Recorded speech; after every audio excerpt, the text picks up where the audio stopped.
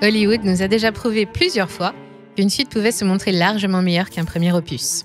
Terminator 2, l'Empire contre-attaque, ou les deuxièmes volets du Parrain et de Mad Max, je suis sûre que vous en connaissez plein, plus de rythme, plus d'action, d'émotion et de spectacle. Mais en termes de suite, vous n'avez encore rien vu. Je vous propose le retour de la crise des subprimes pour un épisode que personne n'a demandé et qui s'annonce encore plus terrifiant que le premier, avec des montants en jeu encore plus gros et la menace d'un chaos encore plus impitoyable. Je vous pitch le film. Aux États-Unis, pour apaiser leur soif de consommation, les ménages s'enfoncent dans la dette. Ils recourent massivement au crédit, utilisent systématiquement les options de report de paiement et vivent au jour le jour de dangereuses avances sur salaire. Ils n'ont jamais été aussi endettés et la situation est bien plus tendue qu'en 2007. Cette dette, Wall Street s'en est emparée et l'a transformée en produit financier en oubliant les leçons de la crise des subprimes. Désormais, le monde est à nouveau plein de crédits américains douteux. Il ne manque qu'une étincelle qui peut venir de la crise de l'immobilier, celle des prêts automobiles ou bien celle des crédits à la consommation. Mais pour le moment, l'Amérique consomme et les investisseurs se félicitent de son taux de croissance. Les limites ne sont plus très loin. Alors, combien de temps va-t-elle tenir ? Un suspense insoutenable. Prenez votre ticket, allez vous chercher du popcorn. Je vais vous raconter ce qui se passe aux États-Unis et dont personne ne parle. Mais avant, connaissez-vous le secret bien gardé qui transforme les millionnaires en milliardaires ? Petit indice, c'est une classe d'actifs qui a surperformé le S&P 500 sur les 20 dernières années. Cette classe d'actifs, c'est le private equity, le joyau de la couronne de tout portefeuille diversifié qui se respecte. Le seul problème, c'est que le ticket d'entrée pour les meilleurs fonds se chiffre en centaines de milliers, si ce n'est en millions d'euros. Et c'est là que notre partenaire Fundora rentre en jeu. Fundora démocratise l'accès aux meilleurs fonds mondiaux de private equity dès 100 € seulement. Ne laissez pas passer votre chance de diversifier votre portefeuille en accédant à des fonds d'une grande qualité, hautement diversifiés, avec 15 à 20 entreprises par fonds, avec des rendements historiques moyens dépassant 20% de TRI net. Leur plateforme intuitive simplifie tout et vous permet de diversifier votre portefeuille grâce à différentes stratégies, LBO, secondaire, impact, capital risque, infrastructure, et ce, dès 100 €. Inscrivez-vous dès maintenant en cliquant sur le lien en description pour ne pas manquer l'opportunité spéciale de la semaine prochaine. Et pour mettre un pied dans le monde du private equity avec Fundora, votre portefeuille vous remerciera.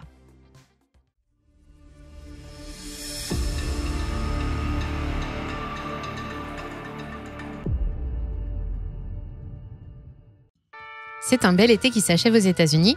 Sous un soleil éclatant, animé par un tourbillon de dépenses et dans une atmosphère presque insouciante, les marchés américains ont célébré la vitalité consumériste.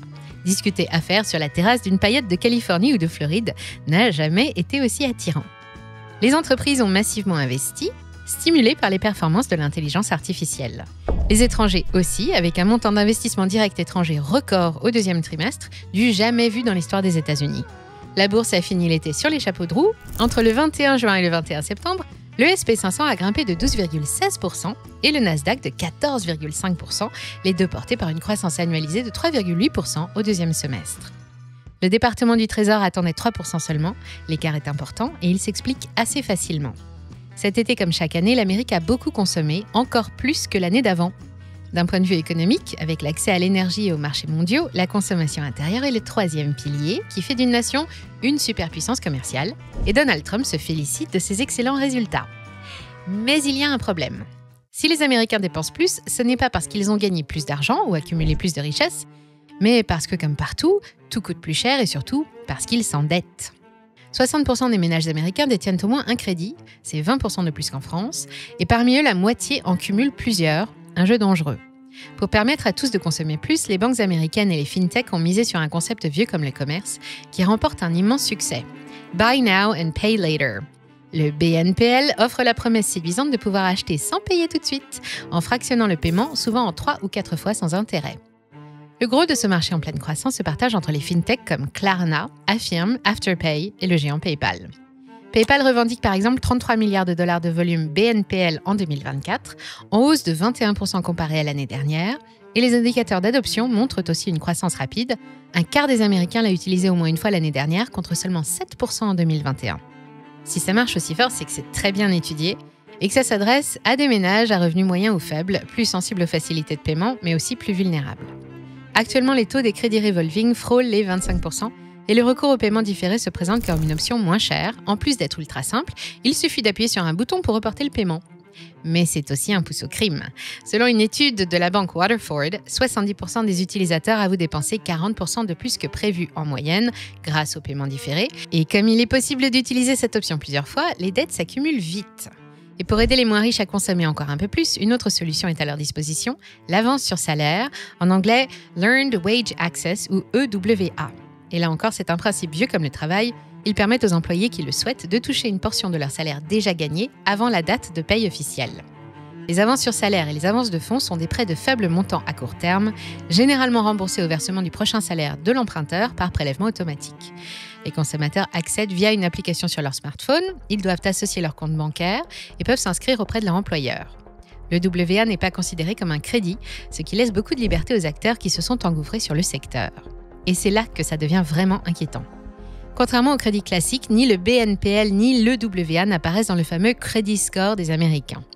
Ils peuvent accumuler 5, 10, 15 paiements différés en cours, prendre des avances sur salaire tous les mois et officiellement, selon les agences de notation de crédit, ils n'ont aucune dette. La banque ne le sait pas, les agences de crédit ne le voient pas et quand le consommateur va craquer, personne ne l'aura vu venir. C'est un angle mort géant dans le système et il grossit chaque jour. Il s'appelle Earnin, Daily Pay ou One at Work. Il présente le WA comme une alternative moins nocive que les classiques prêts sur salaire, mais l'absence d'une véritable régulation entraîne des abus réguliers. Les coûts ne sont pas toujours transparents pour les consommateurs qui payent souvent des frais importants et doivent verser des pourboires, et mieux vaut ne pas louper le remboursement, la pénalité peut atteindre 200%. Ces travailleurs qui vivent déjà au jour le jour se retrouvent pris dans un cycle d'emprunt et réemprunt qui épuise leurs revenus nets et fragilise encore leur stabilité financière. Chaque avance puise dans leurs revenus futurs et diminue la marge de manœuvre pour les dépenses essentielles du mois suivant. Ainsi, 25% des utilisateurs s'en servent déjà pour acheter de la nourriture, la moitié des générations Z pour payer leurs soins médicaux, quand ce n'est pas pour rembourser l'avance du mois précédent. Alors oui, au niveau macroéconomique, l'Amérique consomme. Mais à quel prix? Et surtout, combien de temps ça va durer? On nous parle régulièrement des 6 000 milliards de dettes publiques des États-Unis, mais on évoque plus rarement la dette privée des ménages américains, 18 382 milliards de dollars. Or, les deux sont vitales, l'une pour le fonctionnement du pays, l'autre pour le fonctionnement des banques. Tout le système bancaire est basé sur la promesse que l'emprunteur va rembourser la banque, si possible, avec des intérêts. Que se passerait-il si soudain, pour X raisons, une grosse partie des emprunteurs cessait de payer? C'est déjà arrivé, en 2007, et ça a été le coup d'envoi d'une crise majeure, comme le monde n'en avait encore jamais connu. En 2025, la dette des Américains a atteint un nouveau record historique, 142% du PIB, 13 000 milliards de prêts immobiliers, 1 640 milliards de prêts étudiants, 1 660 pour les prêts auto et 1 210 milliards de dollars de cartes de crédit. Vous imaginez, 1 210 milliards de dollars, c'est plus que le PIB de l'Arabie Saoudite. Et le danger, c'est que la planète finance est incorrigible et qu'elle n'a rien retenu des leçons de 2007. Une partie de ces dettes, des crédits immobiliers, des crédits à la consommation, des crédits étudiants et des cartes de crédit, environ 13% du stock en tout sont titrisés, comme les subprimes en 2007. Ils représentaient déjà 13% de l'ensemble des prêts immobiliers hypothécaires. La titrisation est une technique massivement utilisée par les banques américaines quand elles ont besoin d'alléger leurs risques et de collecter du cash. Plutôt que d'emprunter de l'argent, elles vendent. Et qu'est-ce qu'une banque peut bien avoir à vendre? Son stock de crédit, pardi. Elles sélectionnent une poignée de dossiers qu'elles mettent dans le même carton, collent une étiquette MBS ou ABS, puis vendent ce carton à qui veut bien l'acheter, en général une autre banque ou un fonds d'investissement, à la recherche d'un rendement supérieur. MBS est l'acronyme de Mortgage Backed Securities, en français, titres garantis par des créances hypothécaires. On l'utilise dans le cadre de prêts immobiliers. ABS concerne les crédits personnels et signifie titre garanti par un actif, Asset Backed Securities. L'actif en question étant un crédit accordé par une JP Morgan ou une Citibank à un ménage de l'Ohio ou du Wisconsin. Ces crédits sont devenus des actifs négociables qui produisent chaque année un intérêt et qui peuvent désormais changer facilement de main, ce qui explique pourquoi les ABS et MBS rencontrent autant de succès chez les investisseurs institutionnels. D'ailleurs, ce mécanisme de titrisation et ses dangers cachés, on en avait déjà alerté nos 42 000 abonnés dans notre newsletter. Chaque mardi, on vous envoie un récap complet des marchés, l'analyse d'une action à potentiel et un article de fond sur les tendances qui impactent votre investissement. Si vous voulez comprendre ces risques avant qu'ils n'explosent, inscrivez-vous à notre newsletter, c'est gratuit, le lien est en description. Allez, on continue avec les subprimes. Les tristement célèbres subprimes sont une classe spécifique de MBS qui regroupe des crédits risqués accordés plus cher à des clients fragiles, ceux qui ne font pas partie de la catégorie prime, d'où le nom de subprime. Tout est parti d'une hausse des taux directeurs en 2006 qui a provoqué l'explosion des incidents de paiement. Les saisies immobilières se sont multipliées, une avalanche de biens est arrivée sur le marché, l'immobilier s'est effondré et la valeur des garanties des subprimes aussi. La panique a touché le secteur bancaire avant de se propager partout et dans le monde entier. Les pertes pour les banques ont été estimées par le FMI entre 947 et 4000 milliards de dollars. En un an, la bourse a perdu la moitié de sa valeur, plus de 80 établissements de crédit américains ont fait faillite, l'économie américaine a reculé de 4,3% et le taux de chômage est passé de 4,6% à presque 10%. Pour déclencher l'apocalypse, il a suffi d'un taux de défaillance de 15% sur une seule catégorie de MBS, un stock qui représentait à l'époque 1200 à 1300 milliards sur 10 000 milliards de prêts immobiliers en circulation. Comme les subprimes avant eux, les ABS d'aujourd'hui peuvent regrouper des prêts risqués, non garantis, en particulier des BNPL, des prêts auto ou étudiants, même les avances sur salaire, pour qu'ils soient revendus sur les marchés. Au total, les ABS rattachés à ce type de crédit forment un marché bien supérieur à celui des subprimes titrisés d'il y a 15 ans. Tous ne sont pas des subprimes, mais la qualité globale des emprunteurs se dégrade. Et vous voyez où je veux en venir ? Actuellement, 13% de tous les crédits américains sont titrisés. Ça fait presque 2340 milliards de dollars pour 2025. C'est 13% de plus que l'année dernière. Et c'est aussi 76% des ABS qui circulent dans le monde. Près de la moitié des ABS américains sont des prêts automobiles. Et le marché va mal. Les défauts de paiement et les saisies de véhicules repartent à la hausse et dépassent les niveaux observés pendant la grande récession. 1 730 000 voitures récupérées chez des mauvais payeurs, on n'avait plus vu ça depuis 2009. Les statistiques nous montrent aussi d'inquiétants retards sur les paiements différés. 41% des utilisateurs ont mal évalué leur capacité de remboursement et affirment avoir été en retard pour rembourser leur BNPL au cours de l'année écoulée, contre 34% l'année précédente. Enfin, si j'ajoute que le taux de défaillance sur les cartes de crédit grimpe lui aussi pour dépasser les 10%, pas besoin de vous faire un dessin, ça ne sent pas bon. J'en entends d'ici certains qui vont me dire que j'annonce encore une millième fin du monde comme tous les matins. Alors je vais vous rassurer tout de suite, les subprimes épisode 2, ce n'est pas pour demain. Les chiffres sont effrayants, c'est vrai, mais l'Amérique a encore un peu de temps et des ressources pour corriger le tir et éviter un choc dont la violence serait à coup sûr supérieure à la première édition. Les banques traditionnelles sont beaucoup mieux régulées maintenant. Basel III, Dodd-Frank Act, stress test, tout un arsenal pour éviter qu'une JP Morgan ou une Citibank ne refassent les mêmes erreurs. Mais voilà le problème. Les fintechs qui gèrent le BNPL et le WA ne sont pas des banques. Klarna affirme Earnin, DailyPay, elles échappent à la régulation bancaire traditionnelle. Elles n'ont pas à respecter les mêmes ratios de fonds propres, les mêmes contrôles, ni même à reporter ces crédits aux agences de notation. Résultat, une partie massive de l'endettement américain se développe complètement hors radar. Et quand ces fintechs titrisent ces créances pour les revendre en ABS, devinez qui achète ? Les banques traditionnelles. Celles-là même qui sont censées être mieux protégées. On a renforcé la porte d'entrée après 2008, mais on a laissé la fenêtre grande ouverte. Si les banques sont aujourd'hui bien mieux protégées contre une crise systémique immédiate de type subprime 2, la possibilité que cela arrive n'est pas exclue entièrement pour autant. Si les taux restent élevés, une crise pourrait naître d'un choc massif sur les portefeuilles titrisés et très diffusés sur les marchés mondiaux. Et si ça arrivait, qu'est-ce qui se passerait ?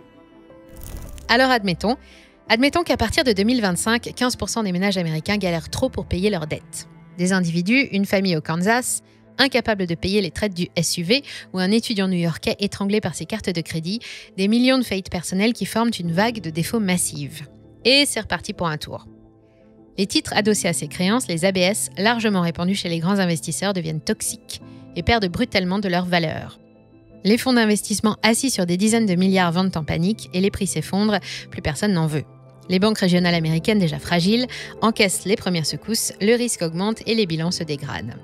Les clients prennent peur et les retraits massifs se multiplient et, très vite, certaines ferment leurs guichets. À Wall Street, la tempête éclate. En quelques jours, le Dow Jones plonge de 20%, le Nasdaq s'écroule et le SP500 enregistre sa pire semaine depuis 2008. Les investisseurs fuient les actifs risqués pour se réfugier dans l'or et dans le dollar, mais même le billet vert vacille. Puis, l'incendie traverse l'Atlantique. Les banques européennes qui détiennent une partie de ces ABS américains annoncent des pertes colossales. Les marchés émergents, dépendants du financement en dollars, voient leur monnaie s'effondrer. En Asie, le ralentissement brutal des exportations vers les États-Unis frappe les économies les plus ouvertes, Corée, Taïwan et Japon. La crise est globale. Aux États-Unis, les constructeurs automobiles licencient par dizaines de milliers, le chômage grimpe en flèche, les impayés augmentent, l'immobilier s'effondre à nouveau et la situation s'aggrave. Les ménages, déjà étranglés par leurs dettes, réduisent encore leur consommation et le pays entre en récession violente. En Europe, les banques centrales sont contraintes d'intervenir à coups de milliards pour soutenir un système bancaire asphyxié. La BCE, la Fed, la Banque d'Angleterre réagissent en urgence, mais les marchés doutent de leur capacité à contenir la panique. Et la spirale s'enclenche, crise bancaire, crise boursière, crise économique et crise sociale. Nouveau chaos mondial. La première fois, c'est parti de 15% de mauvais payeurs sur un segment particulier de MBS estimé à 1300 milliards de dollars. Cette fois, nous ne sommes pas loin des 15% sur les cartes de crédit, mais ça peut aussi recommencer plutôt, par le secteur immobilier. Sous leur apparence d'innovation financière et vantés comme des produits capables de concurrencer l'obligation en termes de sécurité, l'ABS et le MBS sont désormais intégrés dans la toile bancaire mondiale et contribuent à son dynamisme. Comme les ETF, les warrants et d'autres instruments financiers modernes, on ne peut déjà plus s'en passer. Ils sont aussi de mieux en mieux encadrés, mais la nature des actifs sur lesquels ils sont adossés, des crédits, en font des produits plus risqués qu'ils n'en ont l'air. Ils ne dépendent que de la bonne santé financière des Américains et c'est un paramètre de plus en plus difficile à contrôler. Alors, Subprime 2.0 bientôt sur nos fils d'actu ? Dites-moi si vous y croyez, c'est dans les commentaires. Mais avant de partir, n'oubliez pas de tester Fundora, investir dès 100 € dans les meilleurs fonds mondiaux de private equity. Cliquez sur le lien en description pour vous inscrire dès aujourd'hui. Vous savez tout et j'attends maintenant vos commentaires. J'ai hâte de connaître votre stratégie et votre avis. Et si cette vidéo vous a plu, pensez à la partager et abonnez-vous à la chaîne. Merci à toutes et à tous pour votre fidélité, restez curieux et je vous dis à très bientôt sur Money Radar.